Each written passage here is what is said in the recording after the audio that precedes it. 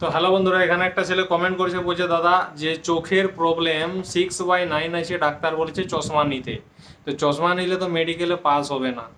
তো ডাক্তার যে তোমাকে বলেছে কথাটা ঠিকই বলেছে, তার কারণ বলে দিচ্ছি। তোমার যে জ্বর আসছে বা কোনো অসুবিধা হচ্ছে শরীরে, তুমি যদি বলো আমি ওষুধ খাবো না, ওষুধ খেলে আমাকে ধরা পড়ে যাবে, তাহলে তুমি মরবে, শ্মশানে যাবে।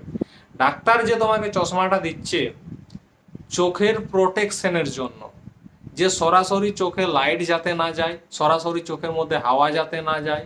আর যখন এই লাইট আর হাওয়া সরাসরি চোখের মধ্যে যাবে না, বা গরম ভাব চোখের মধ্যে যাবে না, যে রৌদ্রের গরম ভাব, তখনই চোখের সেই পাওয়ারটা ধীরে ধীরে সেই জায়গায় পৌঁছে যাবে। ঠিক আছে? আর যে লাগানোর একটা ওষুধ দেয়, সেটা কাজে লাগে। মেডিকেলে গিয়ে যখন তুমি চশমাটা খুলে দিবে, তখন তুমি লাইট দেখছো না, কোনো মোবাইল বা টিভি, তখন তোমার ঠিক দেখতে পাবে। ঠিক আছে? ডাক্তার ঠিকই কথা বলেছে। তো আসলে কথা